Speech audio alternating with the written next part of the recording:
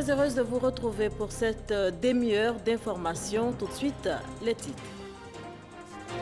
Le prix marchand du kilogramme de cacao fixé à 700 francs CFA. L'information a été donnée ce dimanche par le président du conseil d'administration du Conseil Café Cacao. C'était à la clôture de la 4e édition de la Journée nationale du cacao et du chocolat. Démarré le 9 septembre dernier, les cours administratifs session 2017 se poursuivent jusqu'au 14 octobre prochain.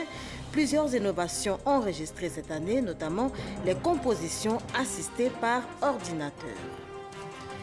La révolution du digital en Côte d'Ivoire au cœur d'un panel à l'occasion de la CGC Academy, panel animé par les directeurs généraux de la RTI et d'une société de téléphonie mobile. Avec cette information.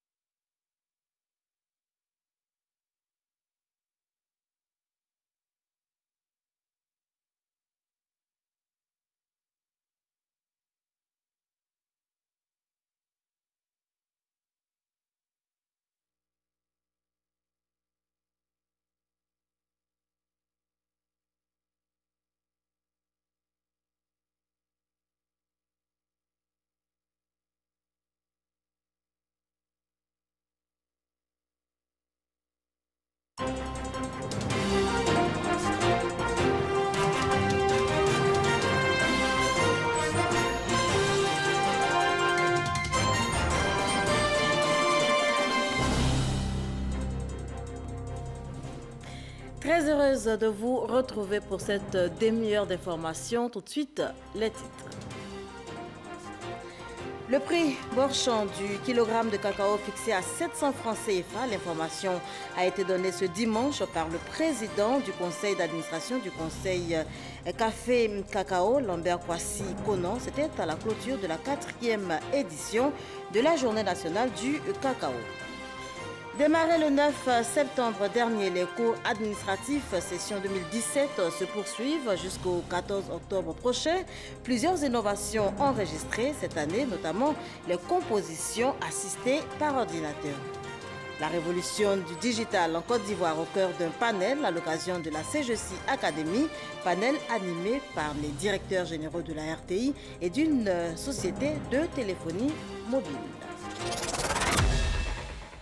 Le prix marchand du cacao fixé à 700 francs CFA. L'information a été donnée ce dimanche par le président du conseil d'administration du conseil Café Cacao, Lambert Kwasi Konan. C'était à la clôture de la 4e édition de la Journée nationale du cacao et du chocolat. Tout de suite, on y va avec Jean-Louis Bangbo. L'information était attendue avec impatience par les acteurs de la filière Café Cacao. Elle leur a été communiquée à la cérémonie de clôture de la 4e édition de la Journée nationale du cacao et du chocolat. Pour la campagne principale 2017-2018, le prix d'achat du kilogramme de cacao connaît une baisse. Le prix du cacao pour la campagne principale 2017-2018, cacao de qualité marchande bien séché, est fixé à 700 francs CFA par kilo.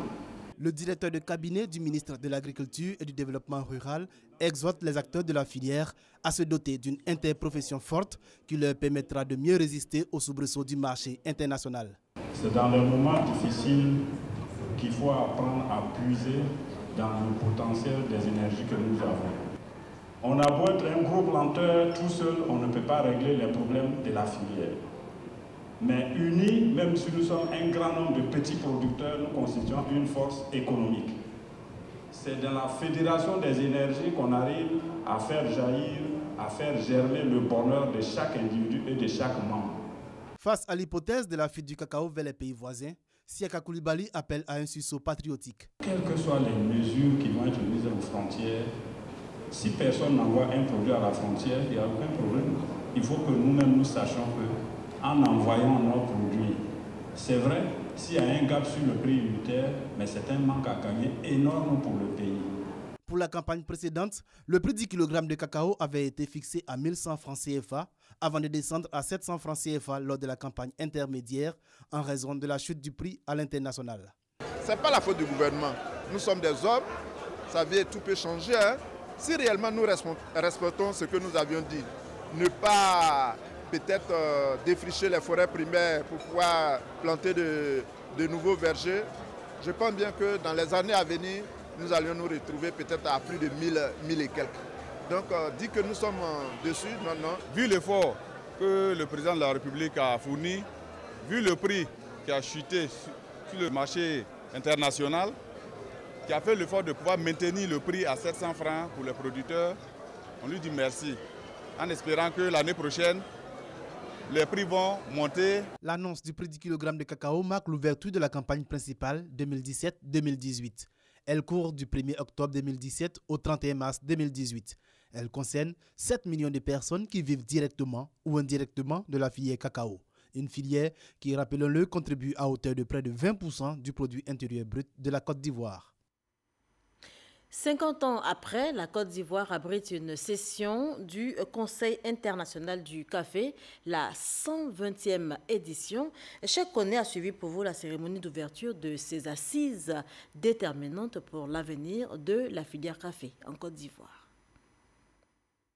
Yamoussoukro, capitale mondiale du café.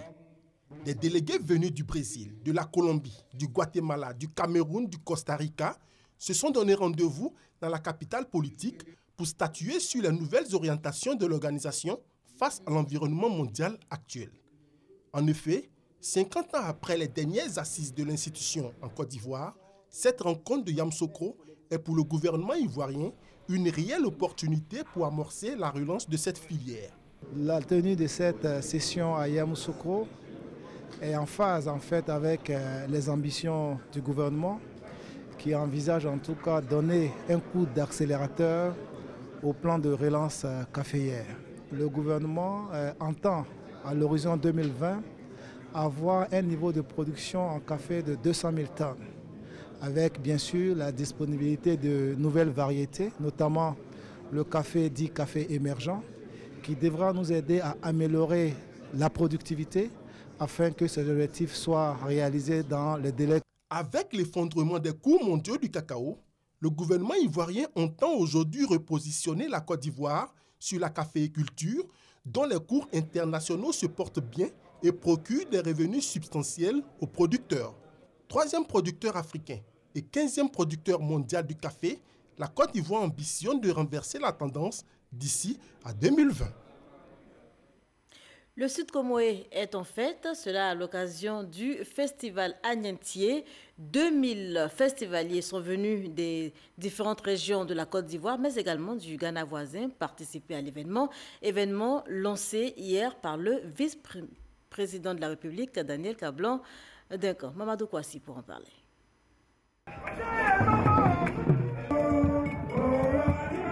Une parade des 6 différents royaumes de la région du Sud Comoé, suivie de libations et d'échanges de nouvelles pour ouvrir officiellement le festival Sud Comoé Agnentier, et ce avec la participation du vice-président de la République, Daniel Kablan-Duncan.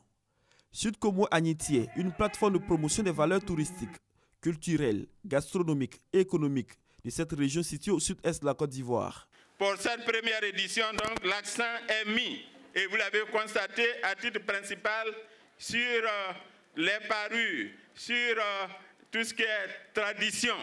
Il s'agit de prendre des mesures de sauvegarde des danses et des fêtes culturelles.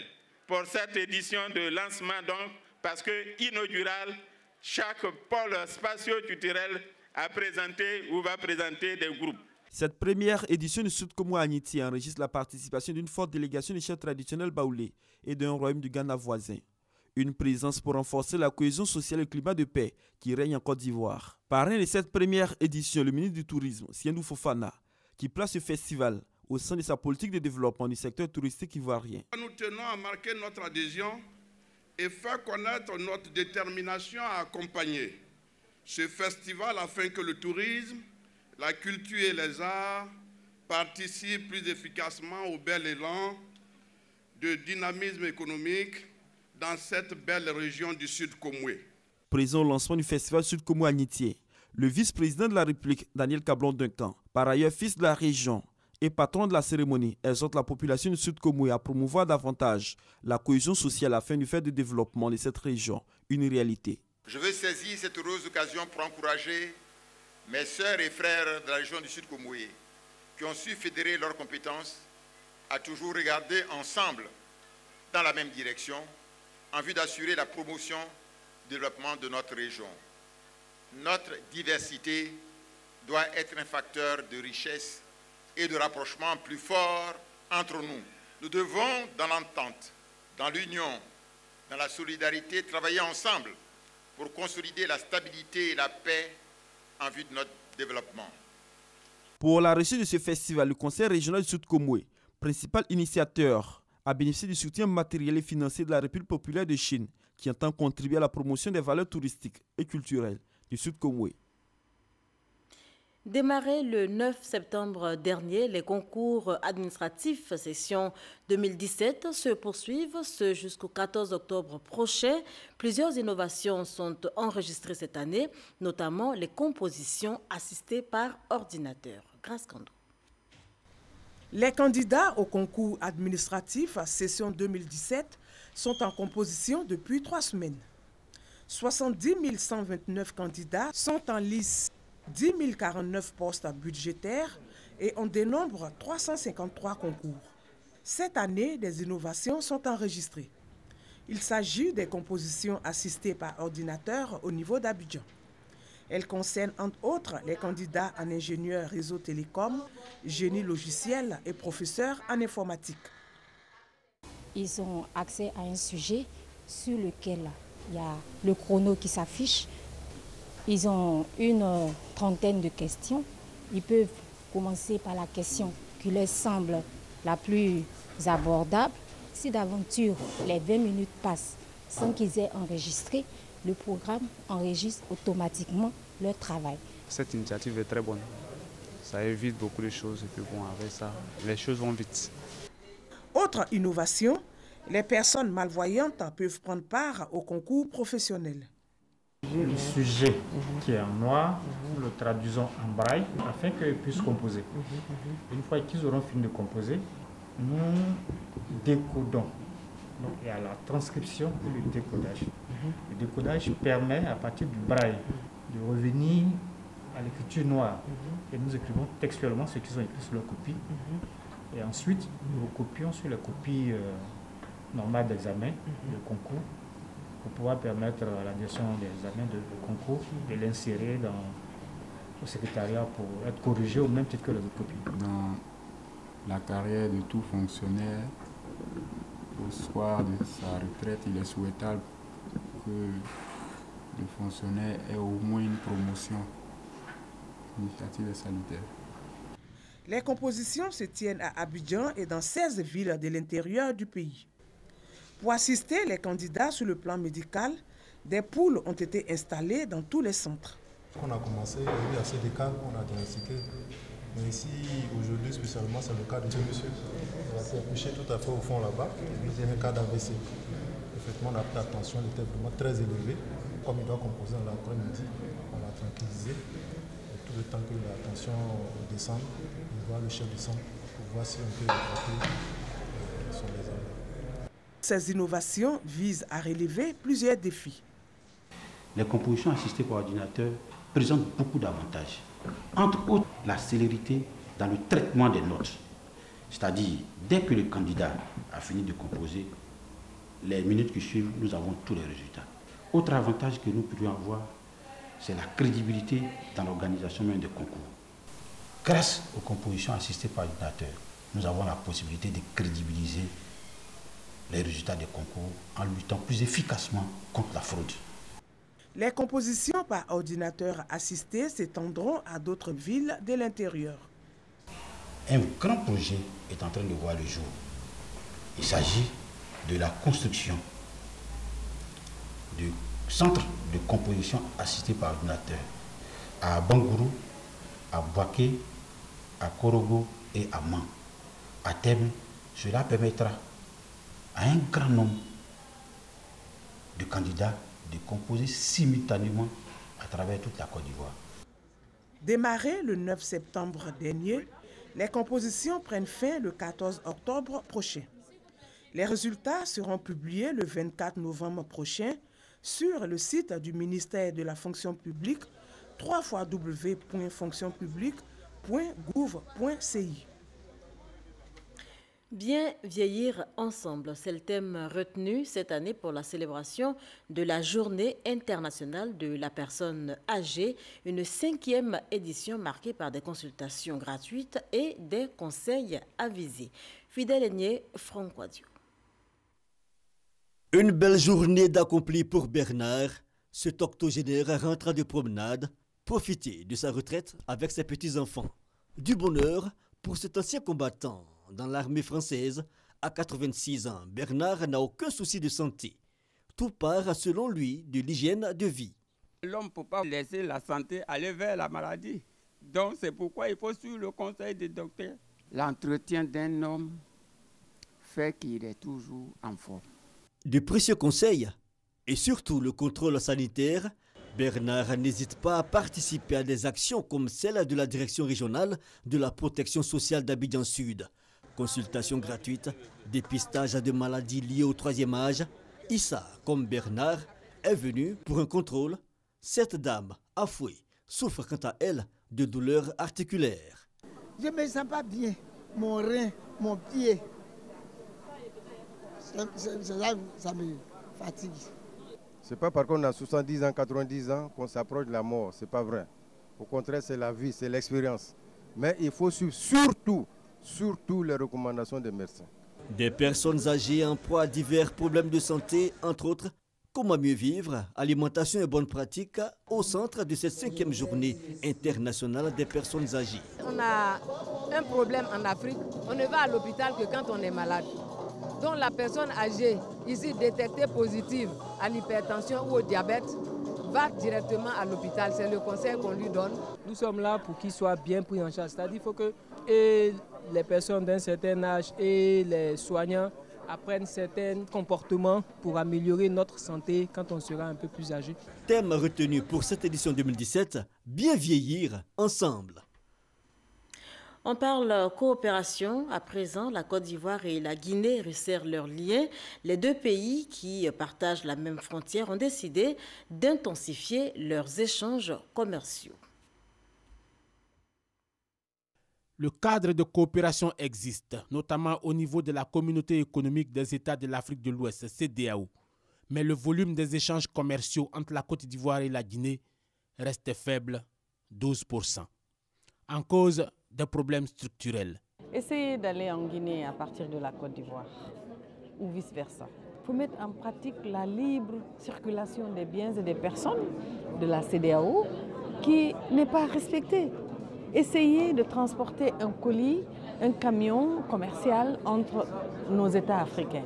Vous verrez qu'il y a énormément de contraintes, de problèmes, de difficultés pour ceux qui veulent travailler entre nos différents pays. Il s'agit donc pour les deux pays de créer les conditions d'une intensification de la coopération économique par la levée des barrières administratives et surtout la construction d'infrastructures modernes.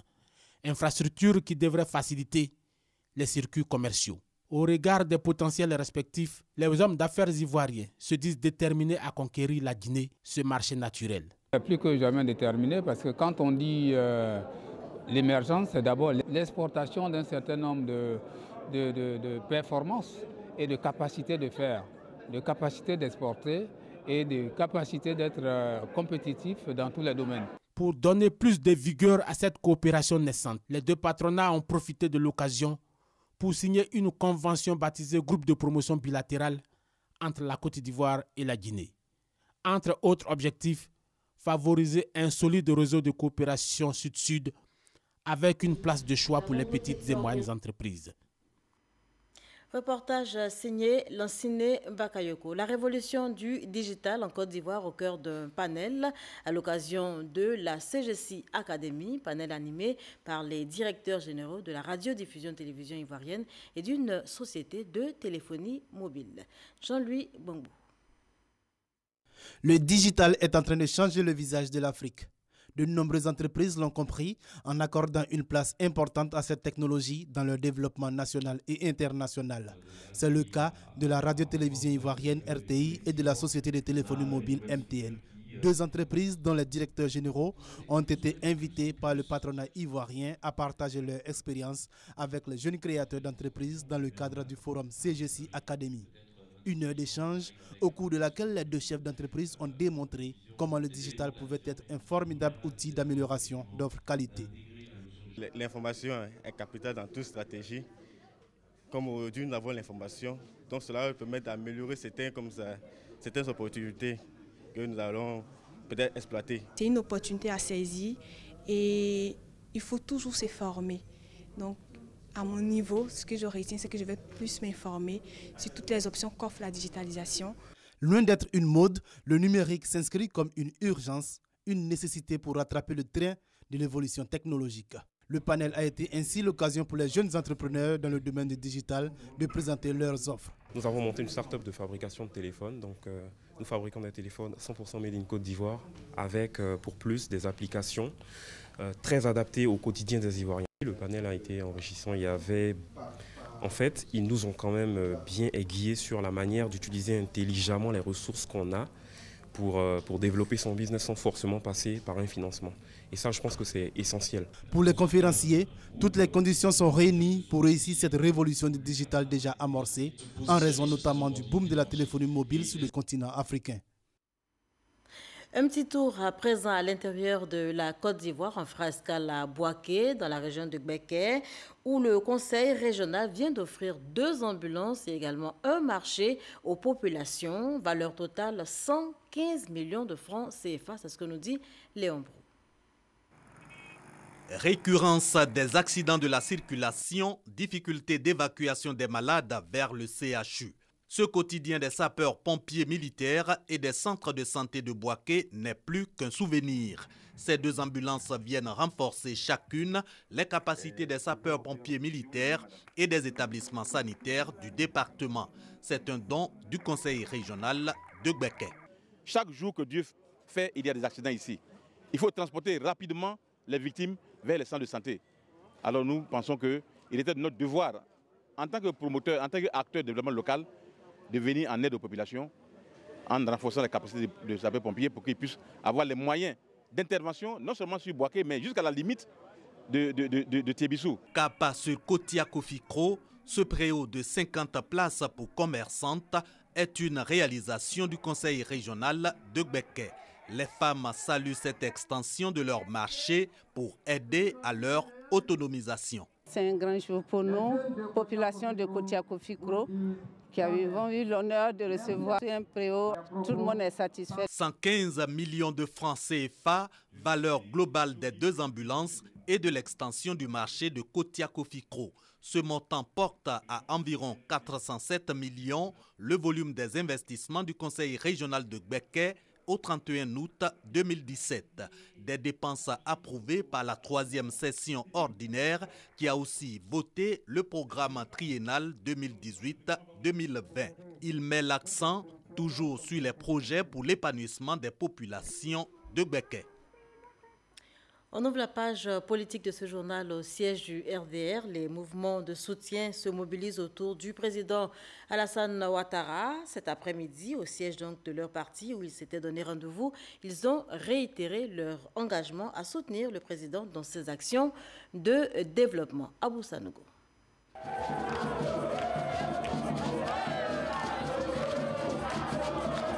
C'est cette ambiance qui a prévalu au siège du Rassemblement des Républicains. Grande mobilisation des jeunes de la plateforme de mouvement de soutien du RDR, venus nombreux pour rendre hommage au président Alassane Ouattara et lui réaffirmer tout leur soutien pour la confiance qu'il accorde en la jeunesse ivoirienne.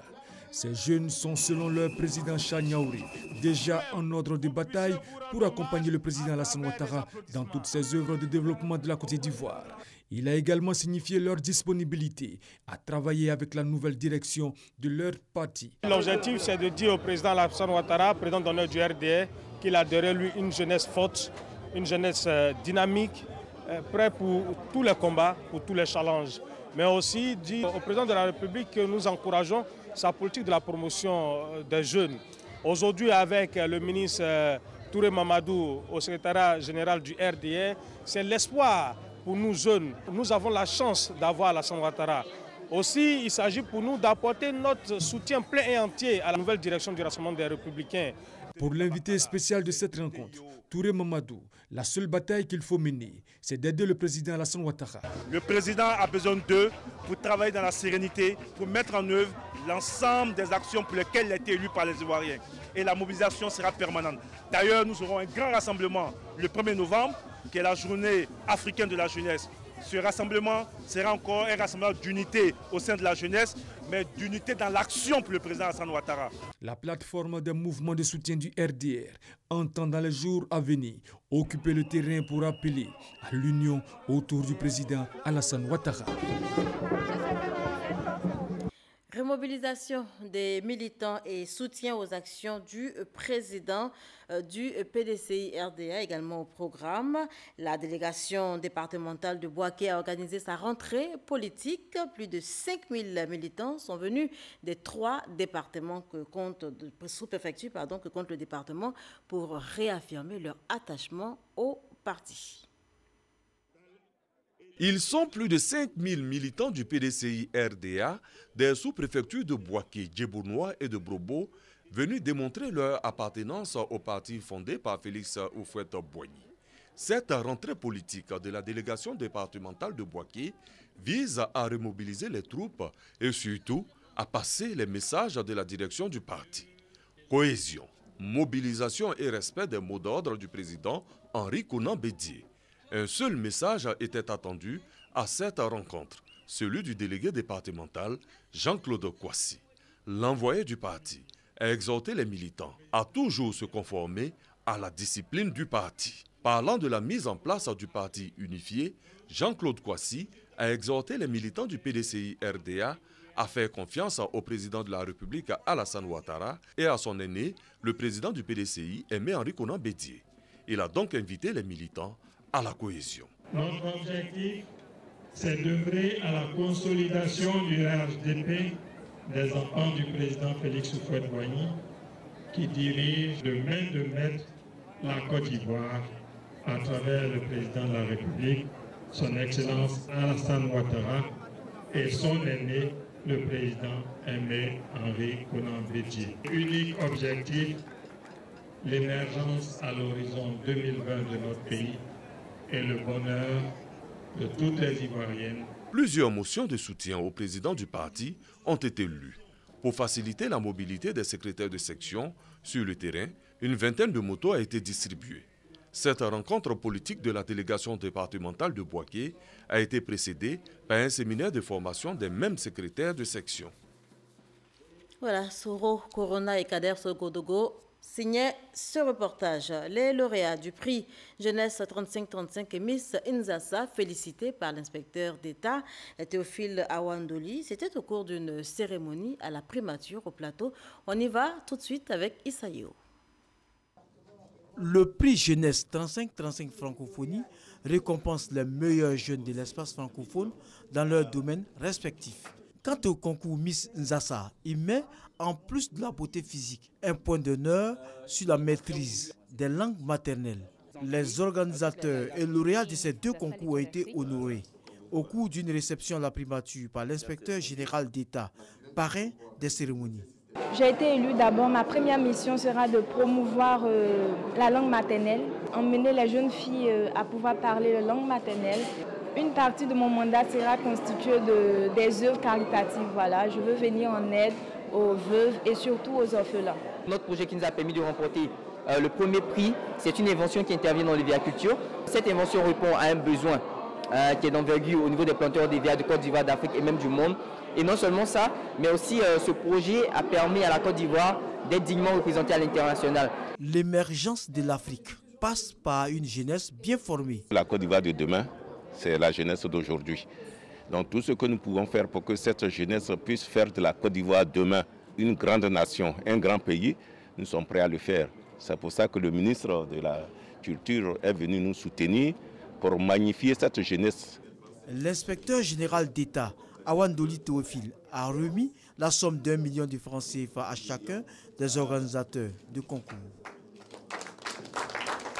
On poursuit en images hors de chez nous. D'abord en France, l'organisation État islamique a revendiqué ce soir l'attaque au couteau qui a fait 2 morts à Marseille, en France. Le suspect a été abattu par des militaires. Malgré l'interdiction de voter, ils étaient nombreux ce dimanche dans les bureaux de vote en Catalogne.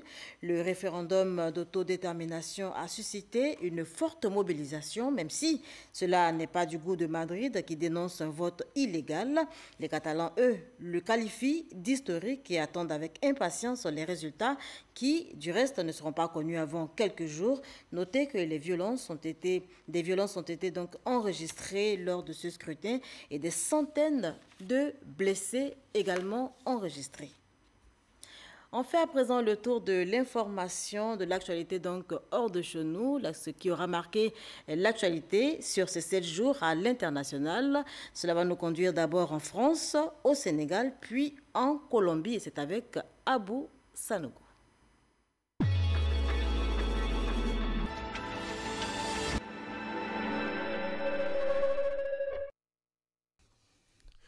L'escalade verbale s'intensifie entre Washington et Pyongyang, qui menace d'abattre des bombardiers américains s'approchant de ses côtes. Le président des États-Unis, Donald Trump, a déclaré la guerre à la Corée du Nord, a estimé le chef de la diplomatie nord-coréenne. La Maison-Blanche a de son côté vivement rejeté ces accusations, les qualifiant d'absurdes. Dans sa tirade, le ministre des Affaires étrangères nord-coréen a menacé directement l'armée américaine. Et il y a 15 ans, le 26 septembre 2002, le Djoula sombrait au large du Sénégal. Plus de 2000 personnes sont mortes dans ce qui reste l'une des plus grandes tragédies du pays, alors que le ferry qui assurait la liaison entre Dakar et Ziguinchor pouvait normalement accueillir 550 personnes à bord. Depuis 15 ans, un collectif se bat pour que les responsabilités soient établies. Mais pour le moment, ce sensible dossier est au point mort. Le budget 2018 est présenté en Conseil des ministres. Le premier budget d'Emmanuel Macron. Un vrai test de crédibilité pour le chef de l'État. C'est le moment de vérité pour Emmanuel Macron, celui où il va traduire en actes ses engagements de campagne, donner le cadre du quinquennat et des réformes. Une étude très critique pointe du doigt les expulsions forcées de près de 100 000 réfugiés nigériens au Cameroun depuis 2015.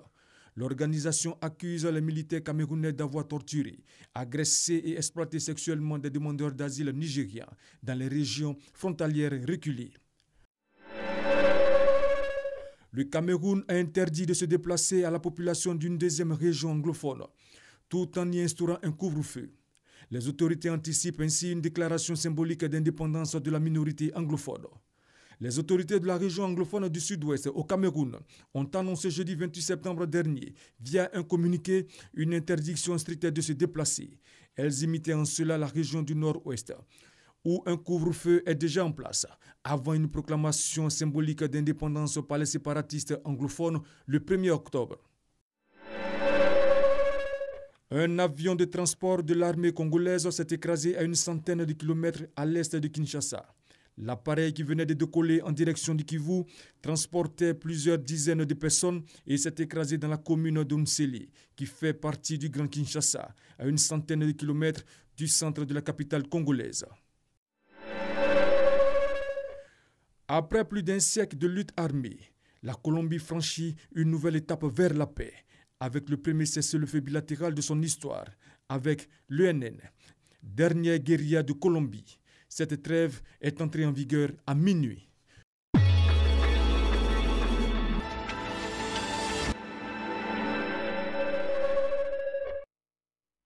Commentaire de Abou Sanogo qui met un terme à ce journal. Merci de l'avoir suivi. Je vous souhaite de passer une très bonne soirée.